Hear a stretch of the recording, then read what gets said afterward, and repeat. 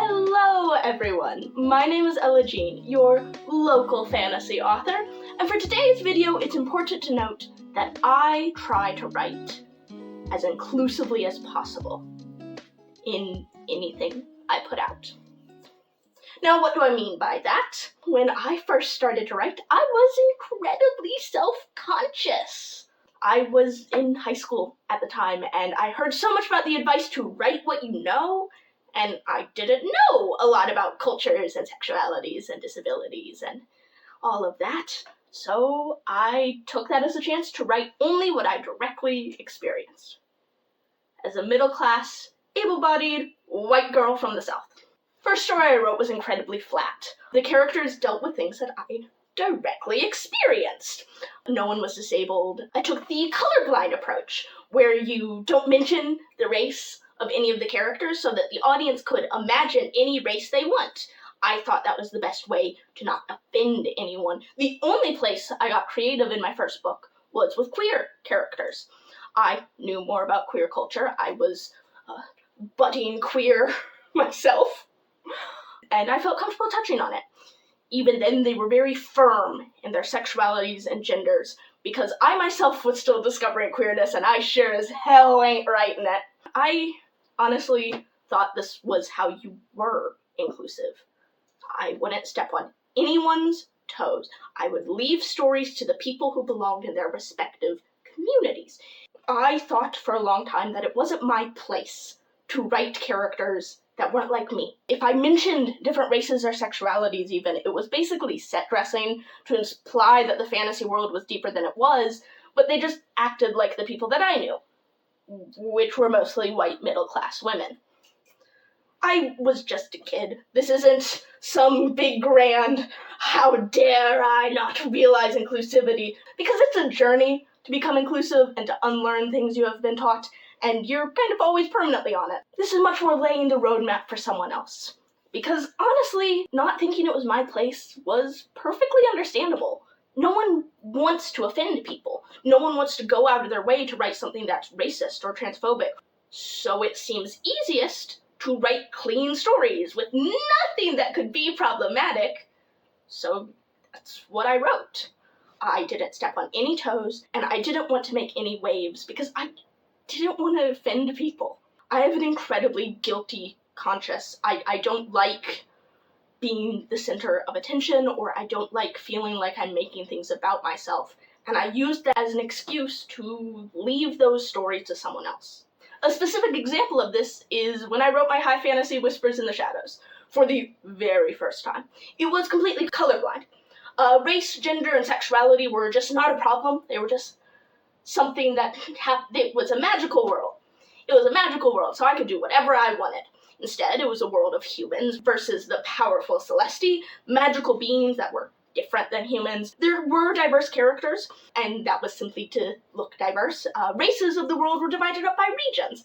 I thought that was the most appropriate way to do it. I didn't have to worry about any racism if I didn't include real race. Right? Not quite. This is a bit embarrassing to admit, but I was well into book 4 when I realized I had a problem. In my effort to write without race, I didn't consider how things would be interpreted. Because while my story is a fantasy world where race isn't an issue, people reading it in our world, race unfortunately is complicated. I made my southern country, the characters with the darkest skin, because they were in the South, the nation that had slaves. Other nations considered the humans servants or just lower classed, but it was the darkest skinned nation that was the harshest to the humans to consider them lifelong slaves. It wasn't intentional. I just looked at a map and stuck different traits of different countries everywhere. I didn't mean to reference the slave trade so directly, but those who don't know history are doomed to repeat it.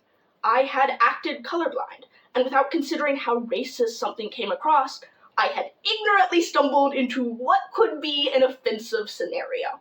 This is actually where I took a break from writing Whispers in the Shadows. I was so caught up in worrying about offending people and worrying about having the perfect portrayal that I had stumbled into something incredibly ignorant. So I took some time to research some things. We research so much in the writing process already. I feel like every other day I'm reading articles about the dress of people in an ancient civilization and what you would call Peter Pan colors in a world that you don't have Peter Pan. Taking some time to research how to properly represent communities that are not your own is important. It's important to hear from those communities about how to be a proper ally, instead of just trying to ignore it. You can still be nervous. When I began writing for Those Who Seek Magic, I was going to change things.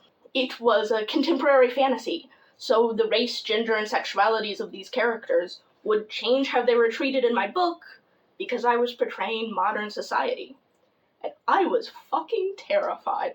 I'm gonna say it! I was fucking terrified. I wanted to be a proper ally and activist, but I didn't want to do any of the work to reach that.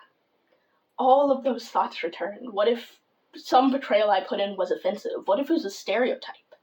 I was very careful when I researched my characters. I found real-life people that represented what I wanted to include, including for disabilities, because it's way more important to read the real-life examples of disabilities than just the Mayo Clinic article. And I found something incredibly interesting. The characters in For Those Who Seek Magic are the most fully fleshed characters I have.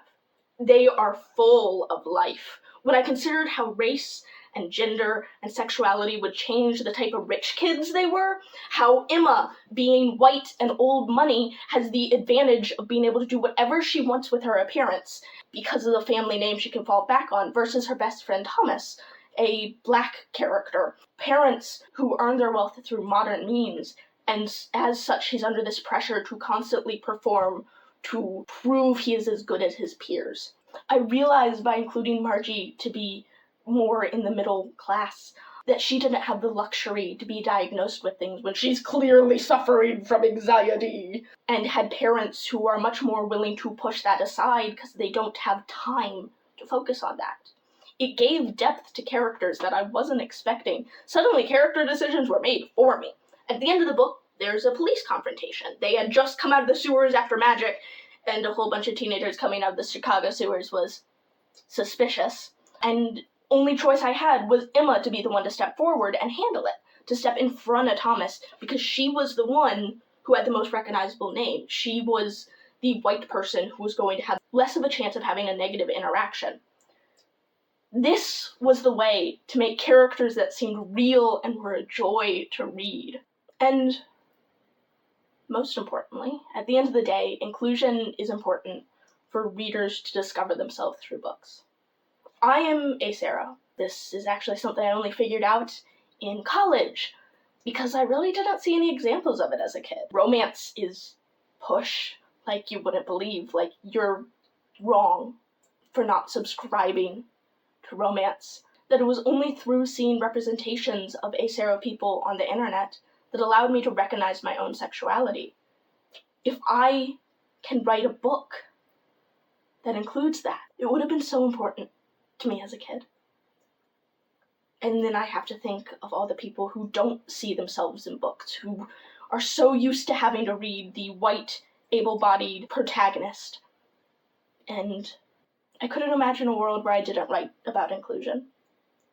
There's a lot of room for representation nowadays. They are not all written perfectly, because honestly, there's no perfect way to represent a race or culture or group. It's okay to be scared to dive into inclusive writing, to communities that you don't have access to, and still properly do the research to represent them on the page. The group I am most involved with is queer. I am queer. I grew up being queer. It's something that I understand more than a lot of other minority groups.